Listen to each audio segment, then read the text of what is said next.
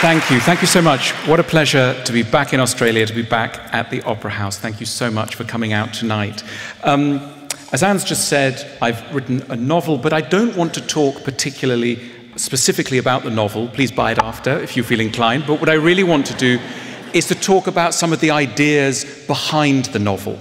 And sometimes people say to me, why did you even bother to write a novel? I thought you were supposed to be a non-fiction writer. And the reason I wrote a novel is that I believe that many of our ideas on love come from reading novels, also songs, films, etc. But essentially, we are very shaped by the love narratives that we read. And this could seem a little cruel. We tend to think that we love spontaneously, that we're not influenced by what we read and by what we see, but I think that we are. We love within a very historical, social context. There's that lovely biting aphorism from La Rochefoucauld. He says, there are some people who would never have fallen in love if they hadn't heard there was such a thing. That's a little extreme, but you get the idea that really when we love, we are taking a lot of our cues from the outside world. We honor certain feelings that we experience because other people are telling us to honor them. We suppress other feelings because people have told us not to pay them particular attention. Now, we are nowadays firmly in a very distinctive era in the history of love. We are living in the era of Romanticism.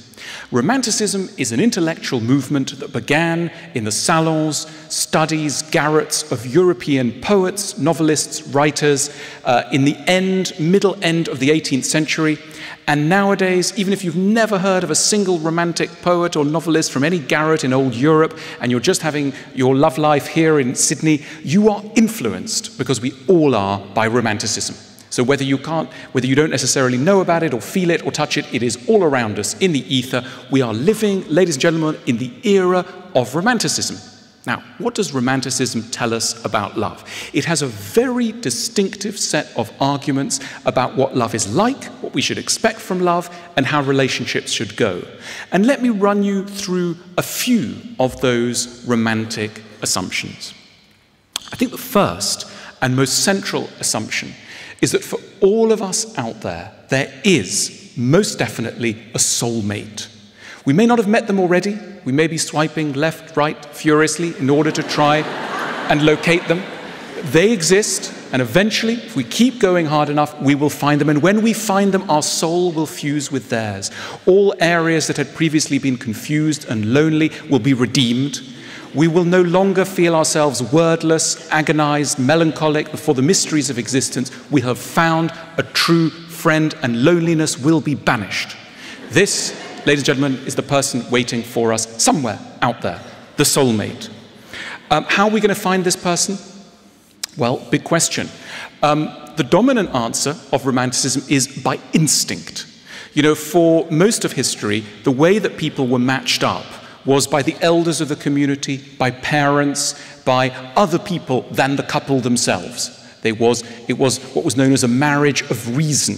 And there were reasonable criteria, so-called reasonable criteria, which is maybe that you had a goat and they had a sheep, or you had a plot of land and they had a adjoining plot of land, or whatever it was. And it was on that basis that these so-called dynastic marriages were made. And that was the way in which people have married for thousands of years, really since the beginning of time. But along comes Romanticism and says, no, we are going to marry in a different way. We are going to marry by instinct. And the instinct is that somewhere along the line you will feel a special feeling, very, very special feeling inside, a kind of excitement. And you don't know when it will strike you. Maybe you're at the bar, maybe you're at the swimming pool, maybe you're just waiting in line for something, but you'll spot somebody, and without necessarily knowing too much about them, indeed the romantics were quite keen on it happening without knowing anything about them other than simply seeing their face, you will know that's your soulmate.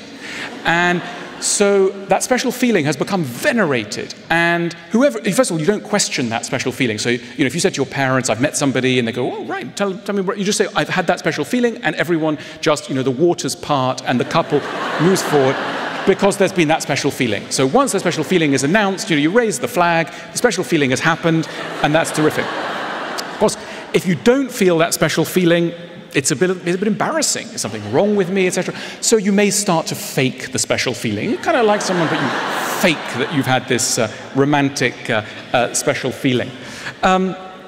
And so romanticism is very into the notion of the crush and the immediate sensation of certainty that you have met someone very special. Romanticism goes hand in hand with the developments of the railways in Europe in the 19th century. And an awful lot of these meetings happen on trains in fiction. Even in Russian fiction alone, you could build a library of stories in which the hero and heroine meet on a train. And without much knowledge, as I say, just the sight maybe of an ankle, an elbow, the curvature of a cheek, you will know that's a soulmate. And that's how it begins. So that's how you're going to find your life partner. The Romantics are very keen on the notion of happily ever after, that love is not just a passing phase, it is forever, till death do us part. Strikingly, many of the Romantics die quite young, and so often the story begins, couple fall madly in love, and then someone with a little cough, and then tuberculosis, and it's, you know, it's a beautiful love story, but it does end after a few months. But nevertheless, it's forever in a sense. And Romantics are also very keen on suicide, ending things dramatically. So death has a curious relationship with love in the Romantic point of view. The other essential thing about the Romantics is that generally no one really has a job. None of the Romantics really have jobs, so they can devote a lot of time to love. And they're spending a lot of time just in each other's arms, and also going for walks. Nature is incredibly important for the Romantics. Going out into nature for long, long walks. Very particular places, waterfalls, very romantic place. Also places where the ocean meets the land, dramatic cliffs, pounding of seas, very quintessentially romantic places. Romantic times of day. Dusk is a quintessentially romantic time, especially when, you know, you've got a layer of clouds and the underside of the clouds are lit up by the shafts of the dying sun, turning the sky a purpley, pinky hue. Very romantic sort of moment, a moment to enforce love through the help of nature. The Romantics have a very distinctive take on sex. People obviously have been having sex for all of human history, and there's been some love. But what the Romantics do is a remarkable fusion of love and sex. They basically consecrate sex as the summit of love and the ultimate expression of love. So far from being merely a mechanical action, it becomes the most sincere expression of your feelings for another person, almost divine expression of tenderness for another person. Very beautiful. It has a slight drawback, which is that it turns adultery into a tragedy, a catastrophe. Because if you believe, as the Romantics do, that sex is the crowning expression of love, then any interest outside of the couple will be catastrophic in nature. And that's why almost every great novel of the 19th century in Europe is about adultery, in one form or another, starting with Flaubert's Madame Bovary, moving on to Tolstoy's Anna Karenina, and on and on. People have been having adultery for all of human history. It's been happening all the time. But what's new is the weight that's put on it. And as I say, it is a violation of everything that the Romantics believe that love is. Now, I should say that many of these romantic ideas are very beautiful. They're very exciting, and we all live through them, and it would be naive to some way dismiss them as irrelevant to the way we live. They are everywhere, and they are at the center of how we approach love. But I also want to insist that Romanticism has been a catastrophe for our capacity to have good long-term relationships. And if we want to have a chance of succeeding at love, we will have to be disloyal to many of the romantic emotions that got us into relationships in the first place. Romanticism has spelt trouble for our capacity to endure and thrive in long-term relationships. Why do I say that? Well, let me run you through a few of the areas that I believe that Romanticism has spelt difficulty for us in relationships. So Romanticism replaced an earlier vision of human nature, which tended to stress how fragile, broken, and very sinful we all were, an old Christian idea.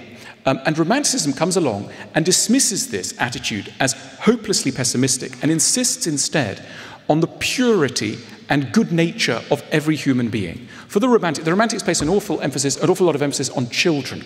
And children for the Romantics are always good. They're always sweet. It begins with Jean-Jacques Rousseau in the mid-18th century. The child is the purest expression of humankind, and the only thing that makes a child bad is society. So only society corrupts children, but basically it's a sign that we are born good.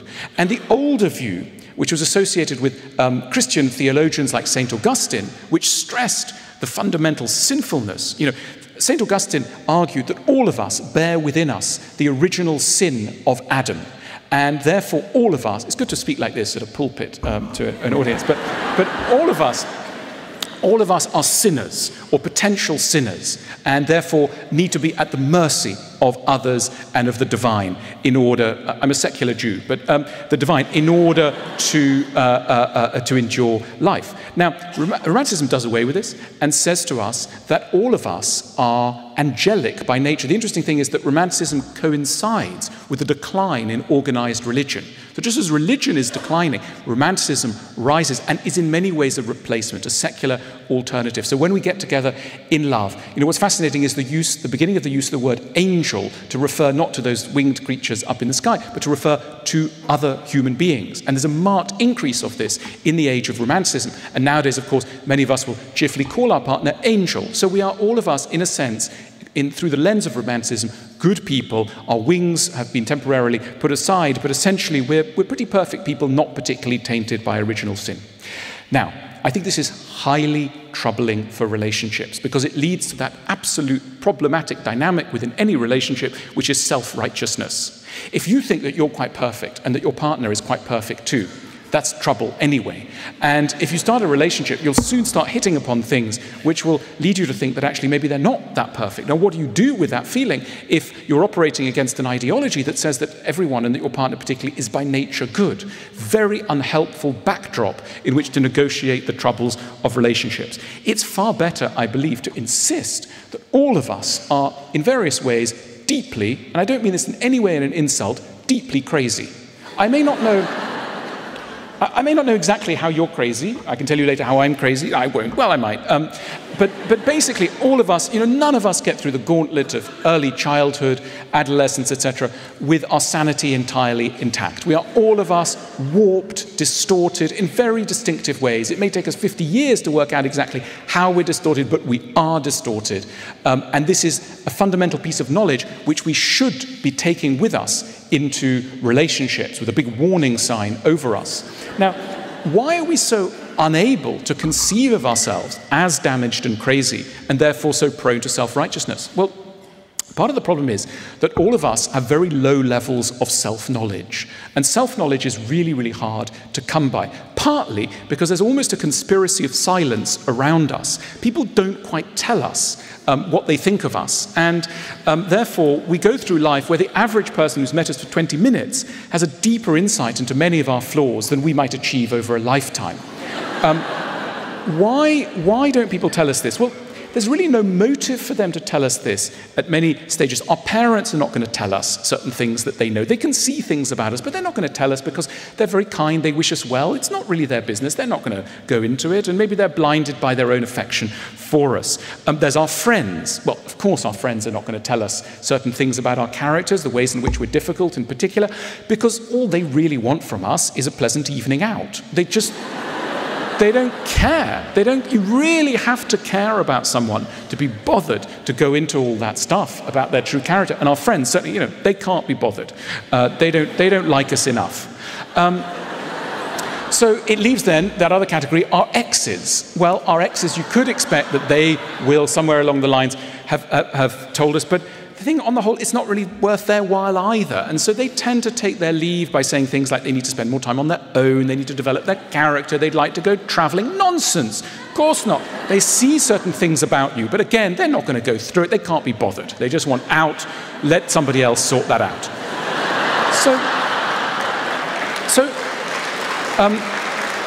So the thing is that we go through life not really knowing. I mean, it's very tender and poignant how sometimes some of us feel, probably some of you in the audience feel, that broadly speaking, you're quite easy to live with. I mean, does anyone here think that they're kind of broadly speaking, easy to live with, if only they met the right person. Like, there are a few people, you know, that's a very poignant combination, whereby a very romantic combination. I spent my early 20s absolutely convinced that the only thing that was missing was really the right person. And if so long as I met the right person, then all would be well. So this notion that we might be easy to live with is deeply misleading and should be stamped out. Of course, we're not. Everybody from close up is trouble. And we need to put this in mind, bear this in mind. If I was running the world, one of the key questions that we would always ask each other on an early dinner date, without anything pejorative being meant by it, is, how are you crazy? So I'm crazy like this, how about you? And that we'd be expected to have a really thoughtful and kind of well thought through, non-defensive, non-hysterical answer to that question to be able to share with another person. Think how much time we would save. We don't need people in relationships to be perfect. We need them to have a handle on their imperfections and to be able to warn us and prepare us for the more noxious sides of their personalities outside of those critical moments when those personality distortions have deeply upset us. But it's very hard to do. And most of the time, we come upon discoveries about other people at moments when those discoveries have pained us deeply, and therefore we are not likely to be in any way sympathetic. So the calm explanation of one's insanities to another person is one of the greatest gifts. And I think one of the best wedding presents that any of us could give one another is a large book called, you know, My Insanities, that you would give. Each person would give My Insanities to their partner, and think how much time I think we would save. You know, the other thing that romanticism really gets wrong is this emphasis on instinct, right? So, you know, the old marriage of reason, marriage by the family, etc. And then, you know, the romantics tell us there's this marriage by instinct, that special feeling. Well, the thing about it is that, you know, you don't need to accept or even know much about psychoanalysis and psychotherapy to just take on board the one key central idea of psychotherapy, which is the way that we love as adults is a reflection and deeply connected to the way that we learned about love as children. That is the foundation stone of psychotherapy. So you look at how you are in adult relationships, and there are a million connections that you can make with how we learned about love as children. Now, the problem with this is that the way that we learned about love as children is likely to have been a bit problematic. It's likely that we received affection, certainly, but that in one way or another, without necessarily meaning to, our parents did us a great disservice. In some ways, they damaged us, without necessarily meaning to. And this has very particular consequences for our capacity to find love as adults. Because often what we're trying to do in adult love is re-find a kind of love that we knew as children. But the kind of love that we knew as children was not necessarily problem-free. Indeed, it was very particularly and interestingly distorted and laden with all sorts of difficulties. And these become the new criteria which we search for in our adult partners. So when people say that in love, what they're looking for is someone to make them happy, to make them content, to bring them happiness, we can't necessarily believe them. Really, what we're searching for when we search for an adult partner is someone who feels familiar. And very often, the kind of people that we meet don't feel familiar in the level of care, generosity, and goodness that they're bringing to us. It just feels a little bit odd. We think, I don't necessarily feel at home with this kind of treatment. You know how it is when you sometimes set up a friend and on paper, you know, two people are completely perfect, you know, the two CVs match exactly, and you set them up, and then, you know, you have hopeful expectations for the date, and then they come back to you, and you say, you know, how did it go? How did the date go? And they say, I don't know, you know, they're really nice. You know, we've got so much in common in a way, all our interests, we do all the same sports and read the same books, etc., but I don't know, something was missing. And I don't know, some chemistry, something.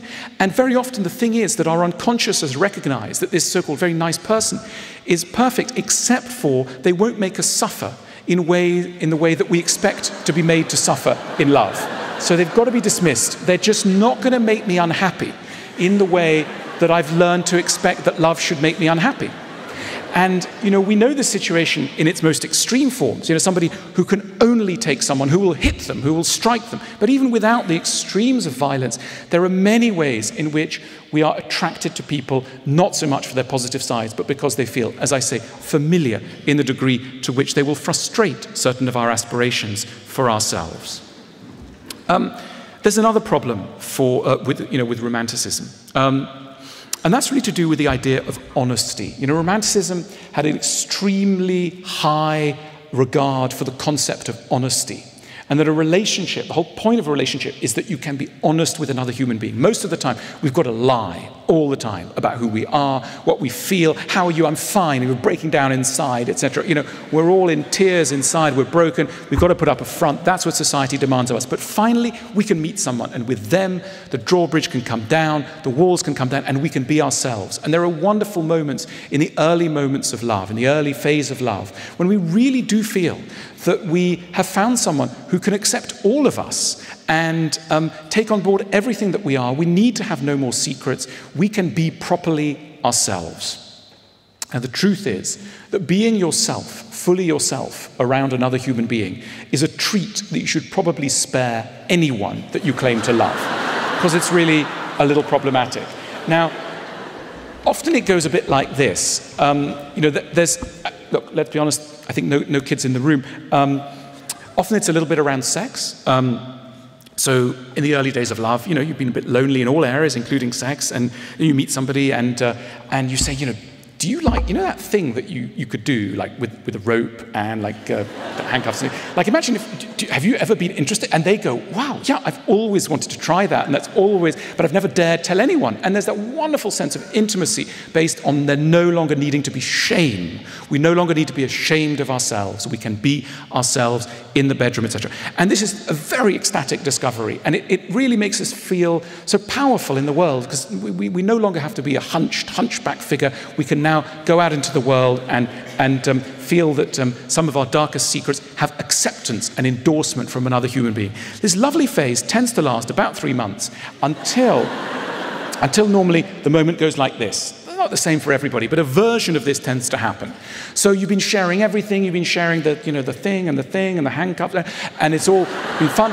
And then you're sitting in a cafe with your lover, with whom you've opened your soul, and they've opened their soul, and you spot a really quite interesting member of the waiting team, and you go, see the waiter over there? Like, wouldn't it be fun if, like, you know, the thing with the thing that we like do?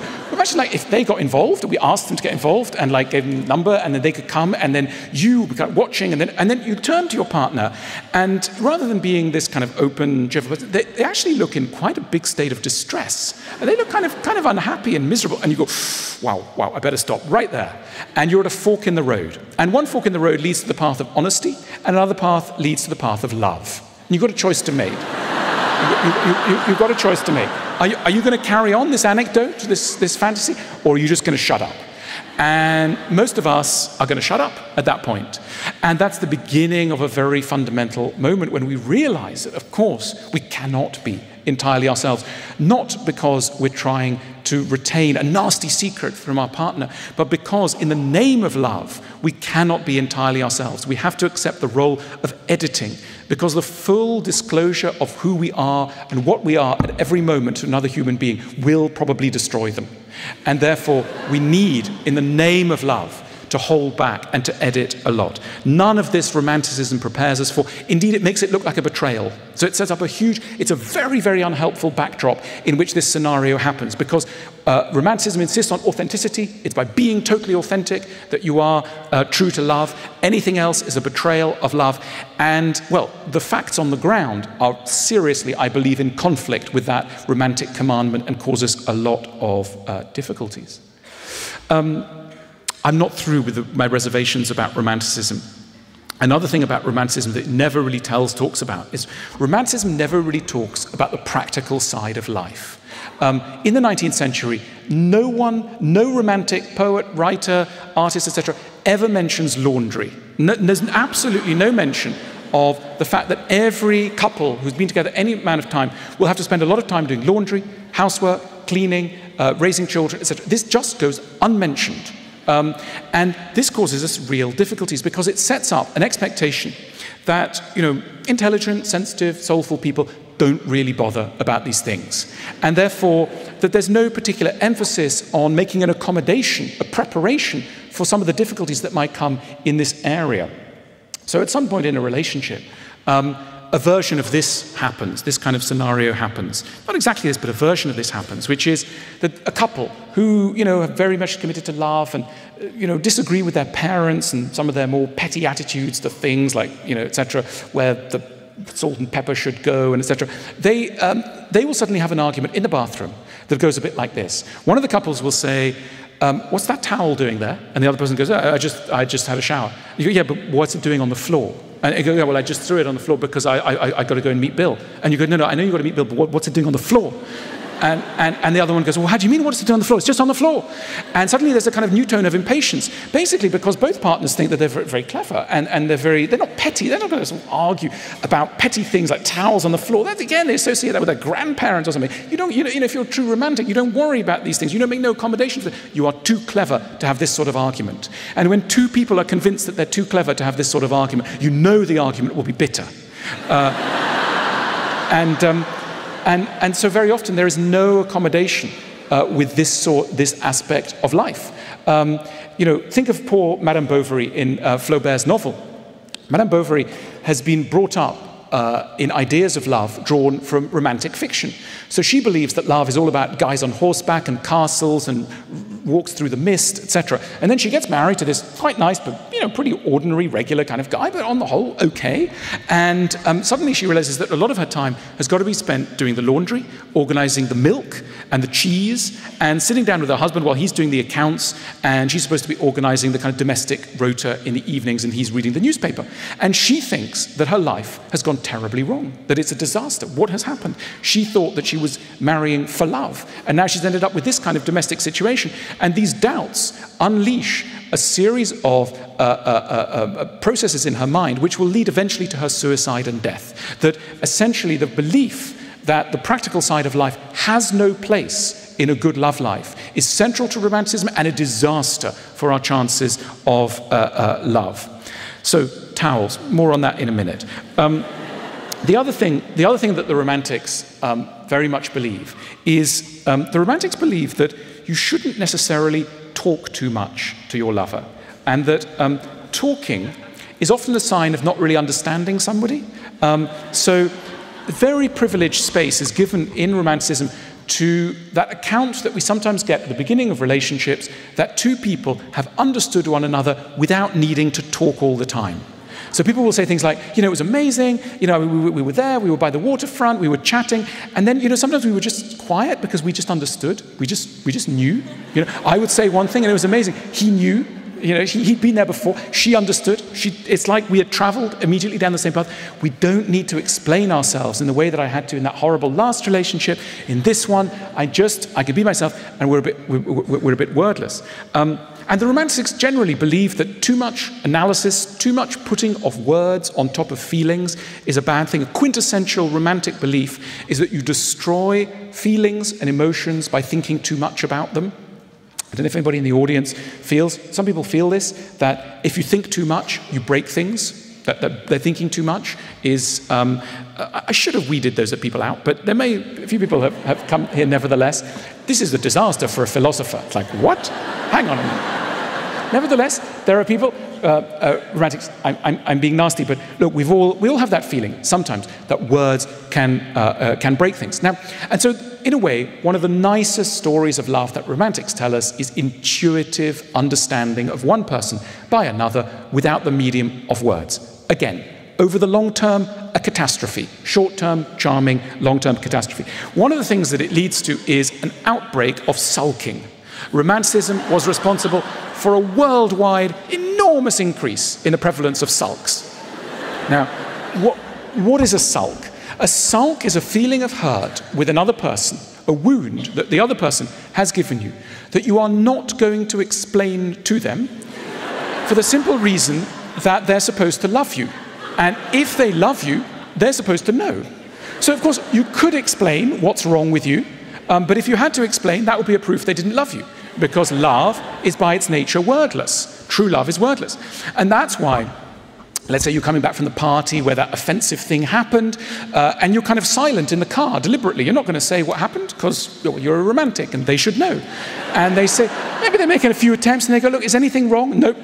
And then so you go up, you go up the stairs, you go home, you go to your apartment, and they say, come in the bedroom, and you go, no, and you go into the bathroom, and you bolt the door, and they say, come on, it's ridiculous. And they're knocking at the door going, come on, just tell me what it is. And you go, mm-mm. And the reason is that as a romantic, you believe that a true lover should be able to intuit the contents of your soul through the bathroom panel door, through the surface of your body, and into your interior. And they should know. So why would you ever bother telling them? So this is a disaster, because unfortunately, even the most well-meaning people simply cannot understand all of us. They can understand bits of us, how we felt maybe when we were humiliated by our father at an early age, or how it felt to join a new school at a certain point or whatever. Some things they can just get, but a lot of things, particularly over the long term, just no one can get. You cannot expect the other person to be a mind reader. And yet romanticism places the ability to mind read precisely at the kernel of its vision, the core of its vision of love. Deeply problematic, deeply problematic. Here's another thing that romanticism talks to us about. It talks to us about the way in which, when you really love somebody, you love everything about them. Of course, you love the amazing things about them, but oddly and touchingly, you quite love the slightly imperfect things about them. And that's why in the early days of love, there's a lot of kind of tenderness and excitement around the discovery of the less than perfect sides of somebody that are used, that feed into love and that intensify love. Maybe your partner's got a slight gap between their two front teeth. Not a problem. I mean, a problem for an orthodontist, but for you, it's charming. It's charming. Maybe there's that old pair of pajamas that their mother gave them and they put it on a cold night and it's got bear prints on it. It doesn't look that glamorous, it wouldn't win any fashion awards, but it's them and it's theirs and it's incredibly sweet and you love them all the more for it. So in a way, in the early days of love, the fragilities and vulnerabilities of another person are part of what makes that person so lovable. Until, you're getting the hang of this now, until maybe about 3 months in, a version of the following scenario happens. So maybe you've been out for a big night, etc., and it's morning, it's dawn, and you're having some breakfast, and you're having some cereal. Maybe they picked out a kind of granola-ish, sort of quite nutty kind of cereal, and they're next to you, and they're eating their cereal, you're eating your, and you just turn to them and you go, look, are you a cow or something? This just sounds disgusting. Just shut your mouth or something. And this person suddenly turns around and goes, hang on a minute, this is like the third thing that you're criticizing me for in 24 hours. Well, I thought you loved me.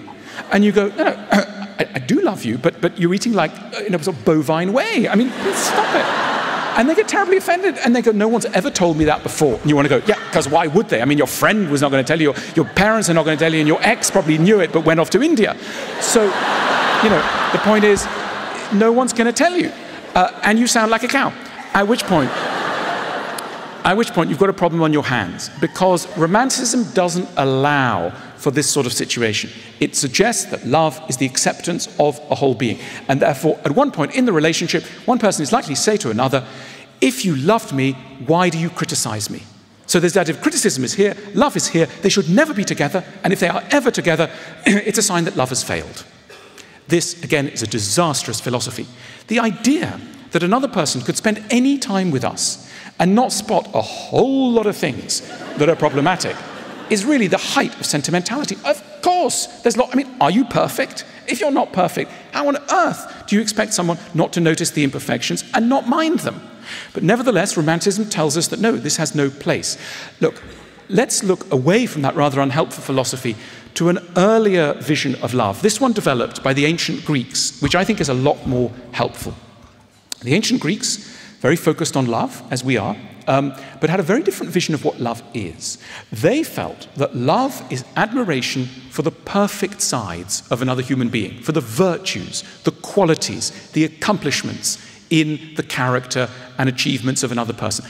There's other stuff, of course. There's, flaws and things, and you may be generous towards them, and you may be forgiving of them, but you don't love them. The word love is reserved for an admiration for what is virtuous and accomplished in another person.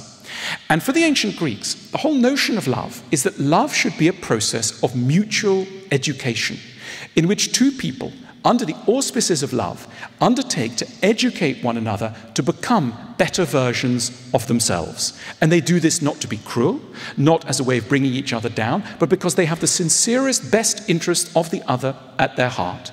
And therefore, love is a process whereby a teacher and a pupil are constantly rotating roles. Everyone is the teacher and everyone is the pupil at certain points and has lots of things to take on board. This is not a sign that love has been abandoned. It is the proof that love is in action. Now, this sounds so weird in the modern age. I mean, if you said to somebody, if you said to your partner, well, I went to listen to this guy at the opera house, and he's got some various ideas, and he's written a book, and on this basis, I would like to teach you certain things. I would like to deliver a short seminar, short but to the point seminar on your character, achievements and nature, way of eating. This would be so weird. Again, they're like, what? Why did I thought you loved me, etc. Now, why are we such bad teachers? A lot of relationship arguments can essentially be seen as failed teaching moments. There's something you want to say, and it goes terribly, terribly wrong on the journey to your listener. Why does it go so wrong? Why does the teaching lesson fail so badly? Partly because we don't think it's legitimate to teach. So if someone's telling you your job is not legitimate, you'll be a bit panicked. You're like, oh wow, well, if I'm not supposed to do this, how do I? So you're not relaxed. The other thing, of course, what makes a good teacher is that they're calm, is that they're relaxed. And one of the best ways to be a calm teacher is not to mind too much if your lesson doesn't really get through to the other person. So, a great maths teacher, they're calm in the classroom because there's not that much at stake. Of course they want their pupils to pick up a bit about trigonometry or whatever, but if they don't and if they flunk their exams, well, there'll be a new lot coming next year. It doesn't really matter. There's not that much at stake.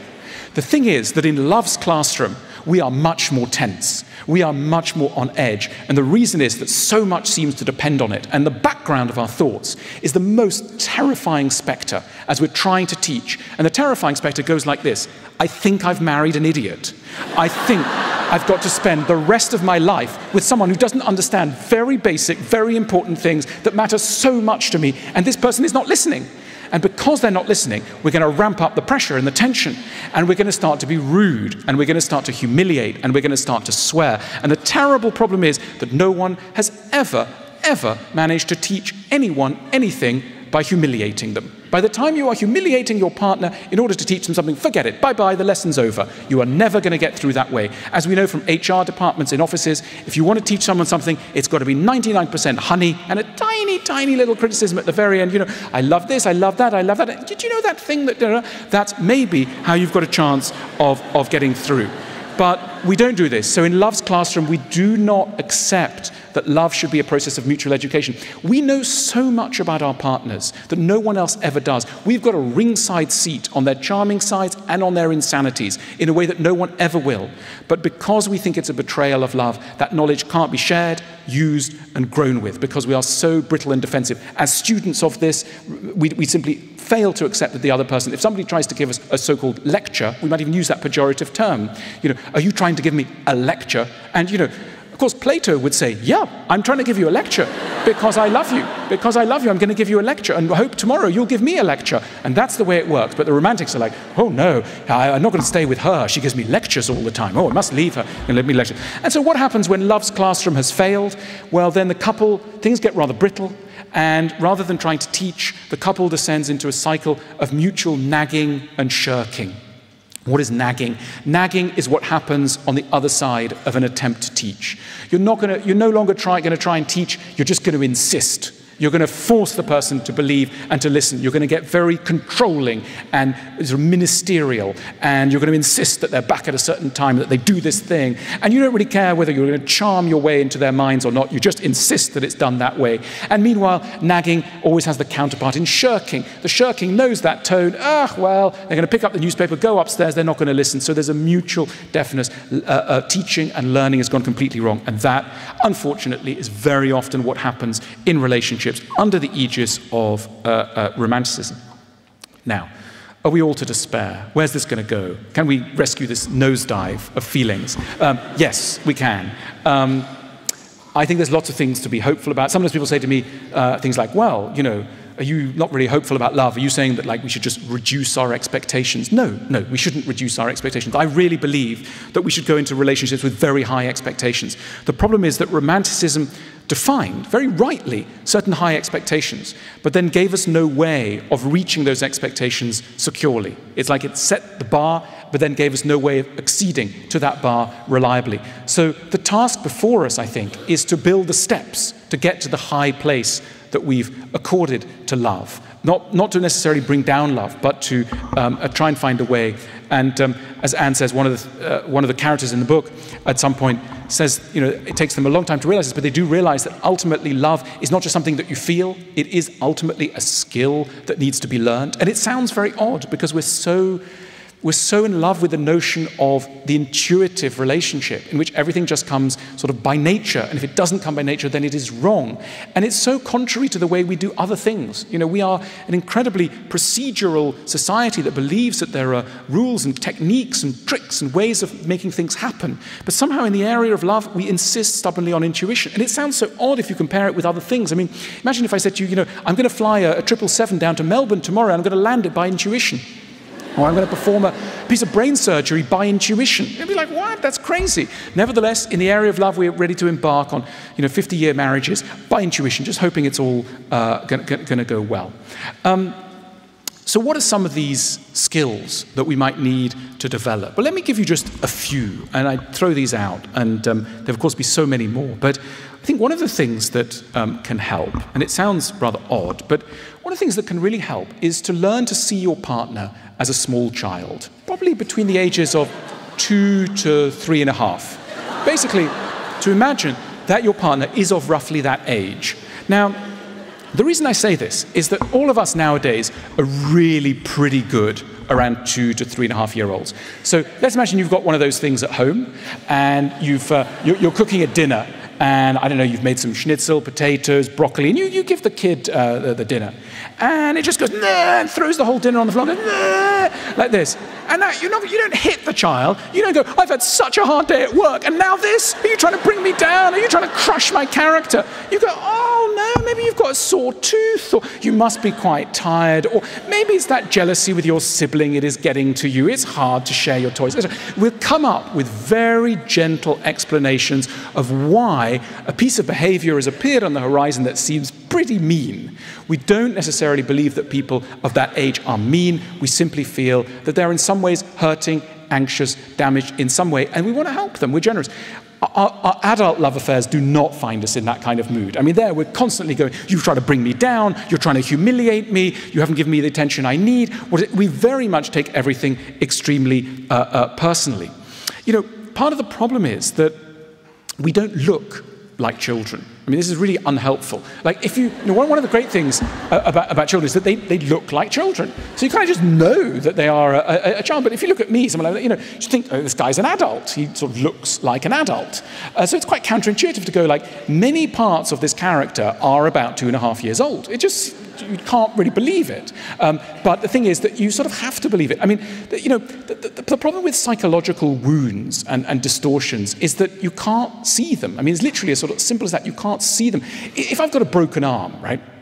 Everyone can see that I've got a broken arm. And you start to go, okay, the guy's like messed up his speech because he's got a bit of a broken arm. He must be in pain. And when he's going to walk through the door, we'll hold the door open. We'll make some special accommodation because we know he's not all that well in some way. It's just obvious he's got a problem.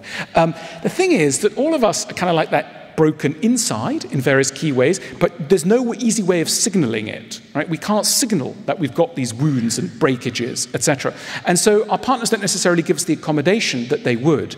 And that's why it's so important to realize that, of course, wandering through the world, everybody is very severely broken and in need of a lot of forgiveness, and generally, on the whole, not mean, just frightened. Most people are very, very scared, and the most appalling pieces of behavior normally have fear at the heart of them rather than evil. The other thing that's quite key, I think, and is a real achievement of love, is to learn to see your partner. Most of us, after a while, start to see our partners as idiots. They just are a bit of an idiot. And just like, oh God, an idiot thing has happened again with our partner. Now, this is why part of the reason why comedy and humor is so important in a relationship. You have to find a way to access the comedic part of all of you. Now, the interesting thing about comedy is that in comedy, many comic heroes are total idiots. I mean, if you think of someone like David Brent or Larry David from Curb Your Enthusiasm, these guys are just total idiots. But when we're watching the shows, we kind of do this amazing thing, which is we both know they're idiots, but we kind of like them. We do this amazing metamorphosis. We start to see them as lovable idiots, kind of lovable idiots. And that is such a piece of ethical imagination. To turn someone from an idiot to a lovable idiot in your imagination is a major piece of maturity. And if we're able to achieve that, even sometimes in love, we will have learned very much how to temper our more punitive interpretations of who it is that we've got together with.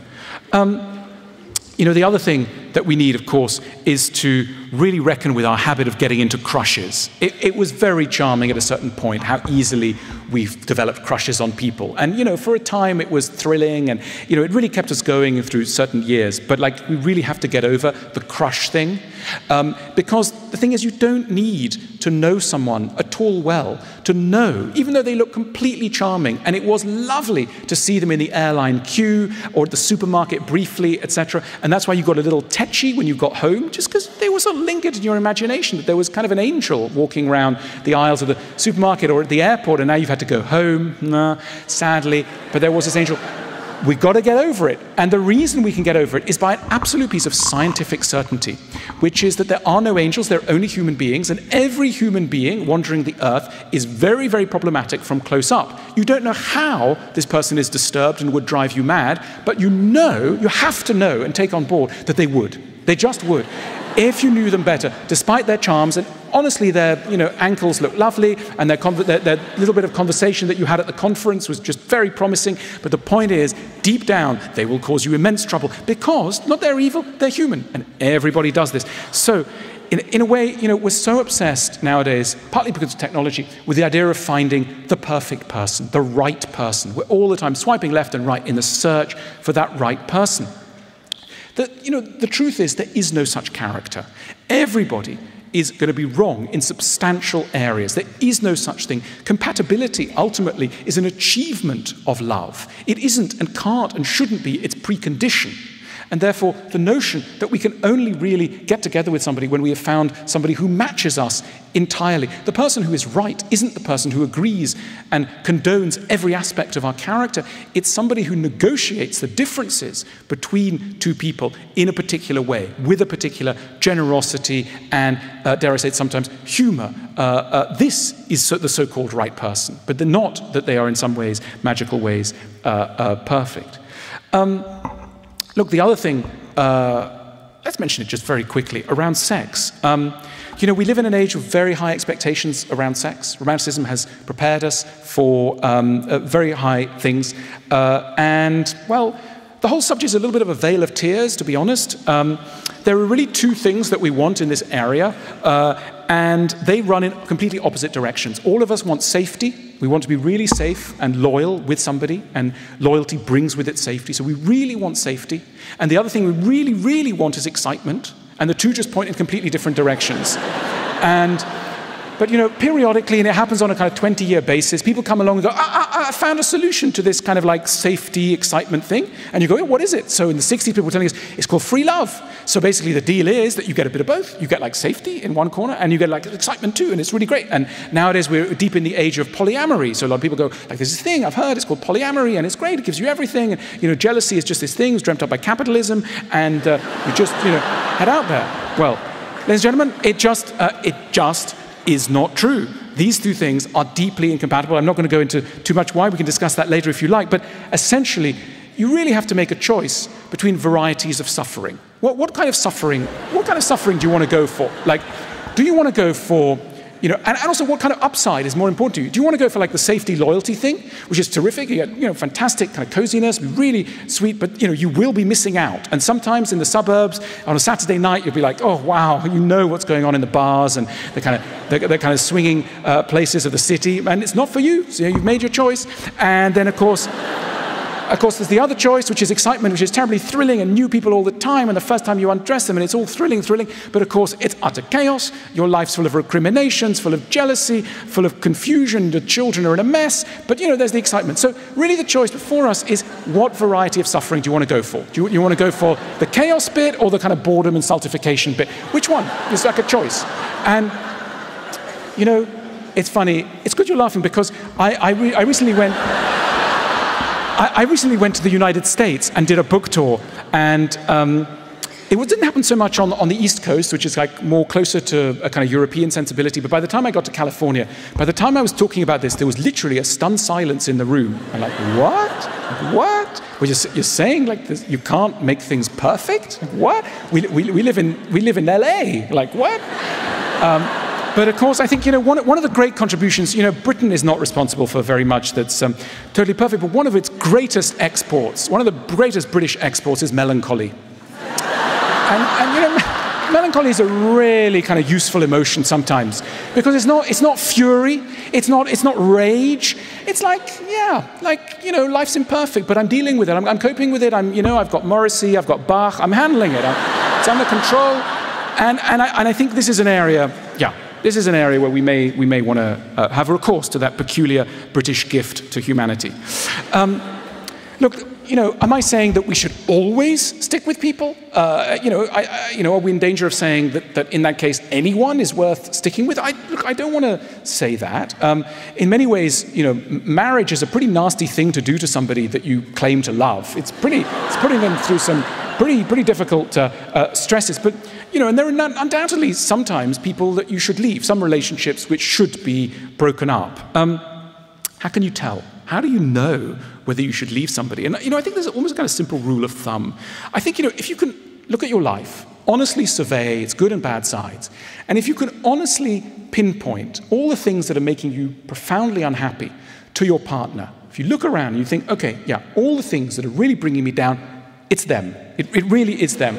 It's them. Leave. If you really can feel that, just leave. Right? Then you should leave. But if you honestly take an audit of your sources of unhappiness and the many causes for which they're reverberating through your soul, and you look at your partner and you go, I'm not sure if I can fully blame them for everything, then stay. Because what you may have encountered is some of the unhappiness of existence in the company of another person, rather than because of another person. So easy to merge the two. I mean, Great Britain has done exactly this with its marriage to the European Union. It very much believed that all of its unhappiness could be pinpointed to this thing. By getting rid of it, it would be happy. And now it's discovering a lesson that many people in relationships have also discovered painfully when it's too late.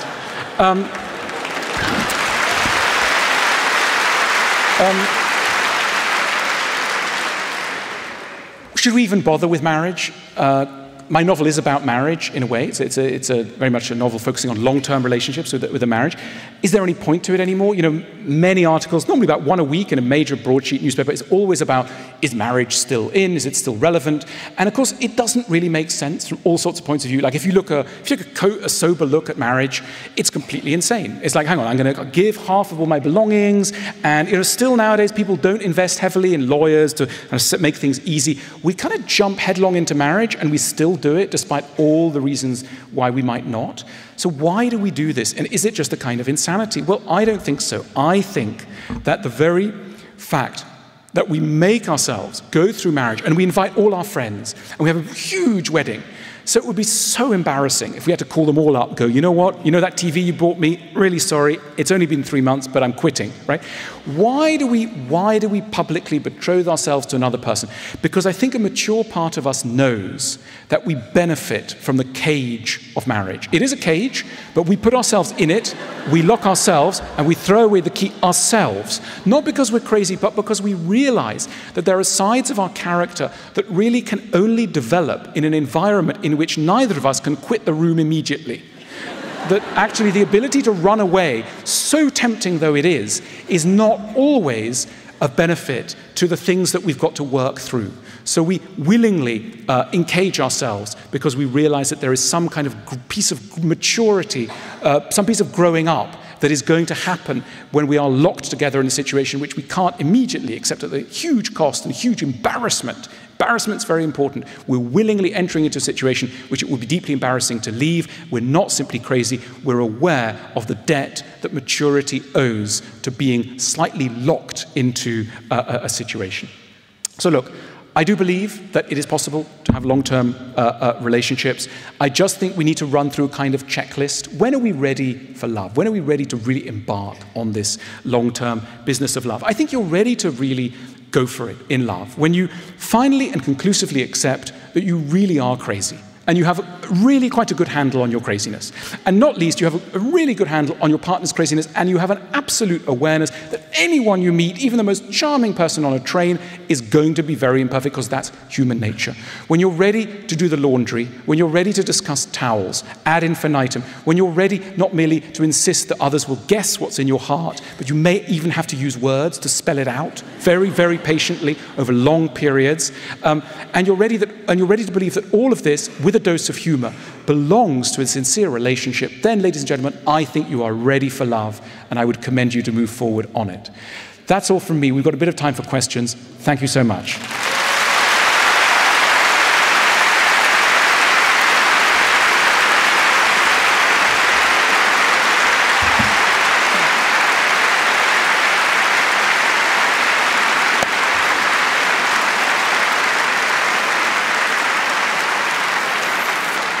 Thank you. So there are some mics, and so do approach them with a question, a confession, a vulnerability. We're among friends.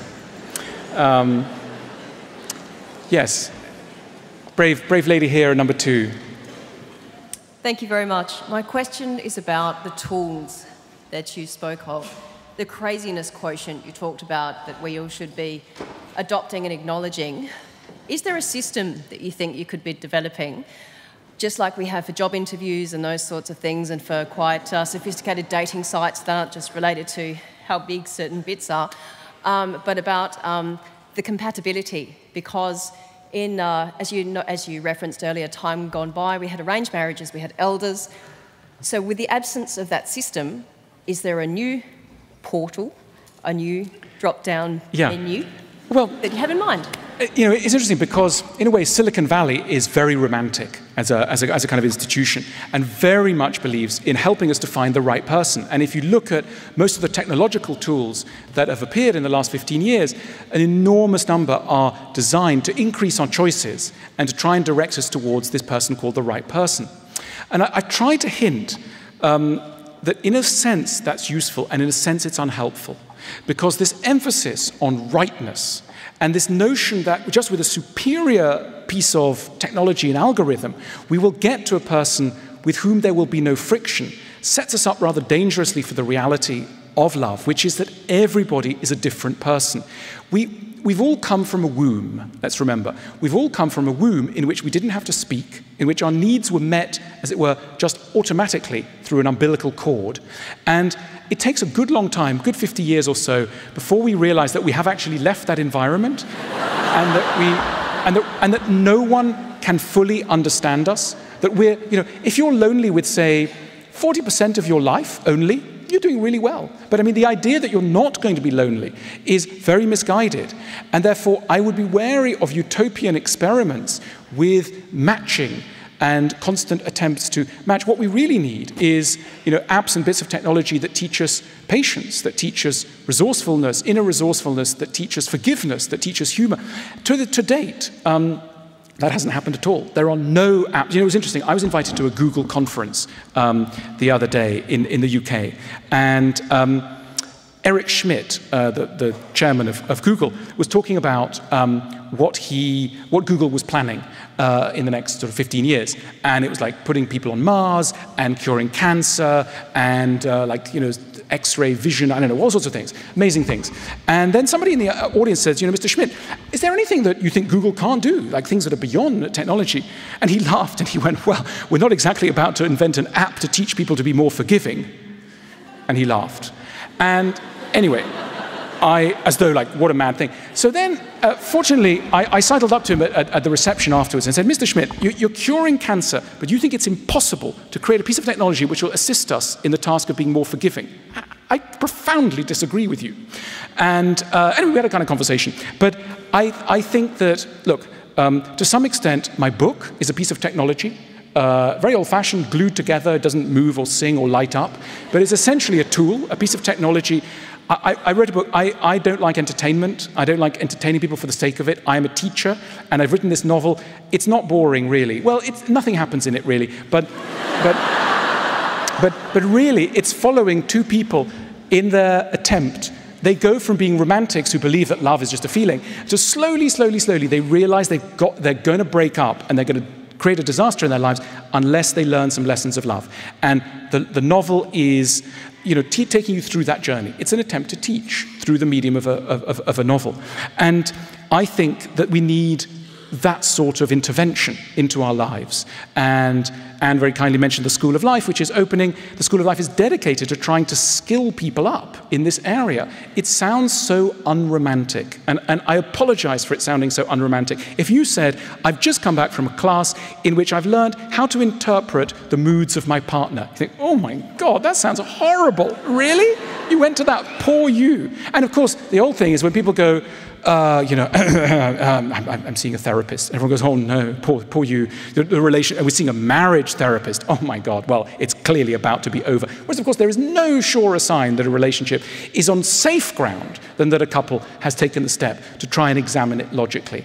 So, anyway, I'm rambling, but I hope that in some way answers your question. Thank you so much. Other thoughts? I just wanted to know, what are your thoughts on the search for love through things like Tinder? Yes. Okay, let's go back to that. I think that Tinder, again, excites us because it makes the choosing of people. It places the emphasis on the story of love at a very particular moment, which is the moment of choice.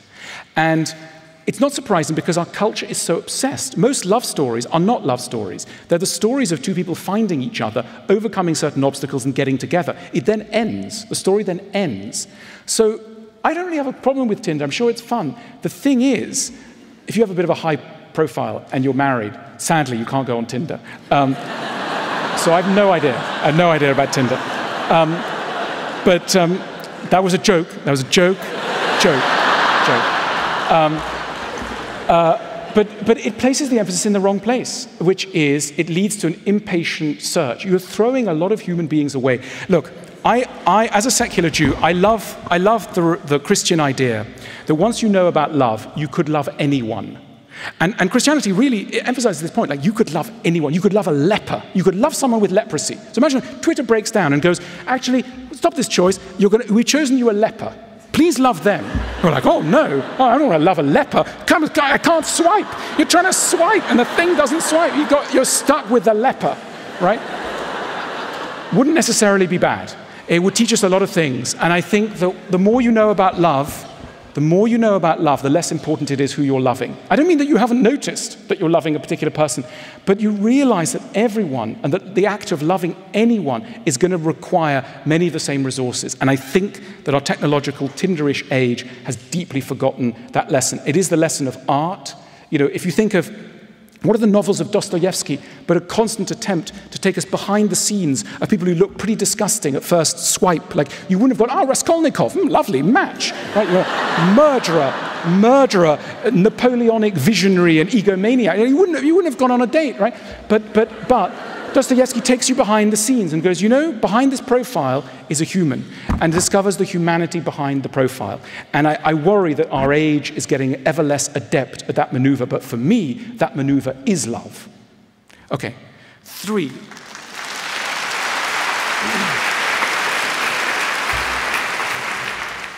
Is there a particular model for your notion of revealing your insanities to a prospective partner? Or is that, is that something that you expect would just emerge naturally in conversation? No, I think it's very important to do it at a time when your insanity has not wounded the other person.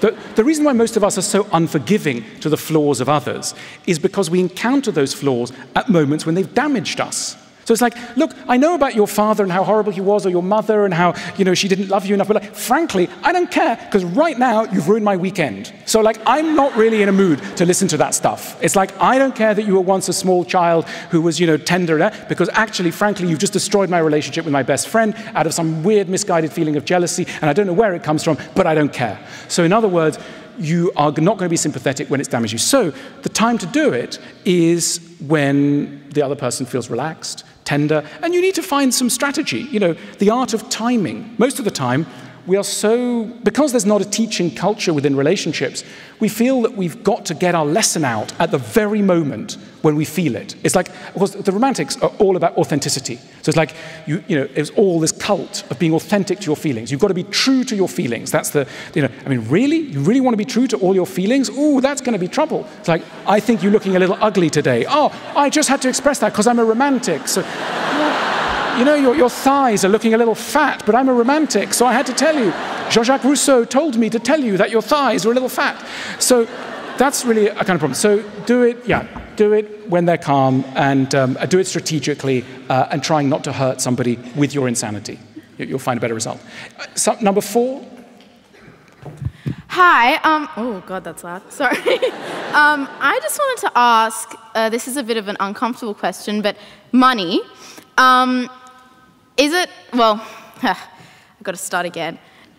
I'm under strict instruction. I'm going to go to art school next year, and I'm under strict instruction to not fall in love with another person who wants to become an artist, because I will end up being poor and sad and lonely. And I just wanted to ask the question if practical things such as money, houses, towels, whatever, can actually really break up a relationship, or if those are negotiable things. Okay, that's such a good question, because it really sits on top of this romantic, classical divide, if you like, in the view of love.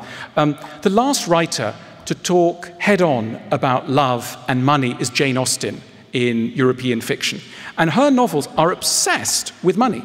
Not to the detriment of everything else, but they take a really fascinating look. I mean, you know the way it works with Jane Austen novels? Very often you'll be told that such and such a character was worth £20 a year, and you furiously look back at them and go, what was that, £20? Like, what does that mean? That doesn't sound like very much. And then someone says, like, worth £40, and they got an annuity, and they got a... So, like, you're totally told the financial status of all the characters. And this can sound quite weird, because we are romantics. And romantics believe, as you correctly suggest, that love and money have nothing to do with one another. That true love has absolutely nothing to do with money. That love is a feeling and money is this horrible, dirty thing.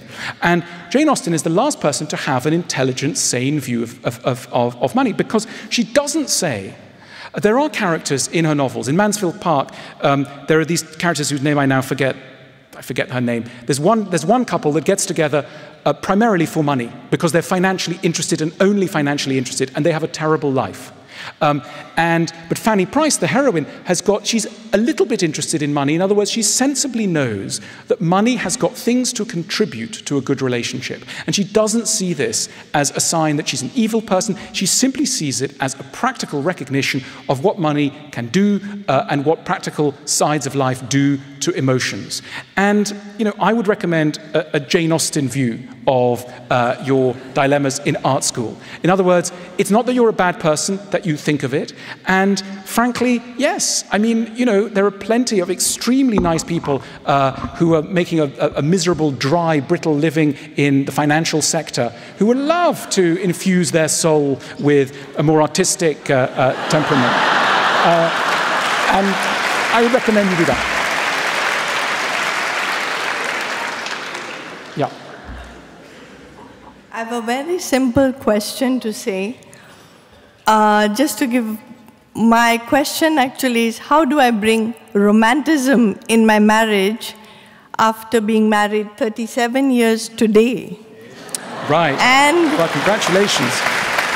Our marriage actually was an arranged marriage according to our culture. Our parents chose each other for us, and we blindly accepted it, even though we had our own personal views, but we said yes, because our parents said, he's stable, he has his own business, he will keep you safe and secure. Money being the issue. Yes, well look, I think that some of the thing that happens is that when you love somebody, you want to lay claim to them, you want to own them, you want to possess them. But to a great extent, I think we don't appreciate things or people that we possess. We don't appreciate what we have. And I think that you know, the question that you're asking is not really about romanticism, it's about appreciation. And I think it holds true not just for relationships, but for everything. You know, Marcel Proust was once asked by newspapers were doing silly questionnaires even then, and he was asked by a newspaper how he would feel if he heard that a meteorite was heading for the Earth and would soon destroy civilization. This is like 1919. And he said that it would be a marvelous thing, because suddenly everything in life would be so full of meaning, beauty, charm. He would rush to go to museums that he hadn't been to. He would undertake journeys. He would fall in love. He would appreciate his friends, all of these things. And he said rather poignantly, the thing that prevents us from noticing all of these things is the feeling that it's forever and that we already possess them, when in fact all of us might die this evening, he says. He was a hypochondriac, but a good one. But I think we can take a little lesson from Proust's book. Imagine you and your husband might die this evening. That's the single most romantic. This might be your last evening. That's what you should do.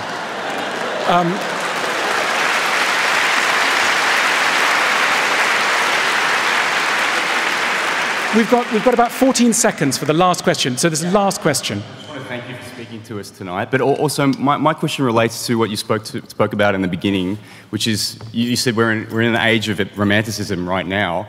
What do you think has caused the persistence of the age of romanticism, like for centuries? Yeah. What do you think the next evolution is for love and persistent relationships? Look, I don't want to sound like one of those guys, but to some extent it is to do with the commercial system we live within. It's so much easier when you're trying to sell someone toothpaste to sell it with that initial heady, ecstatic moment of love. There's a huge interest in talking about that. It's deeply exciting. The moment two people get together is one of the most exciting things in the world. So no wonder we keep scratching that bit of human nature. It's no surprise if I was making a Hollywood movie and I was spending £100 million and the choice was between, a long-term relationship or that heady moment. You go for the heady moment. I mean, the only filmmaker who's ever made a sensible film in the last 10 years about marriage is Richard Linklater with his beautiful film Before Midnight, which is about the only adult description of love. And it was a very small grossing movie, but please go and see it if you can, because it's one of the great films. But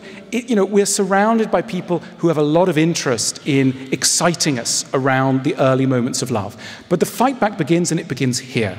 And it begins with a novel I've written and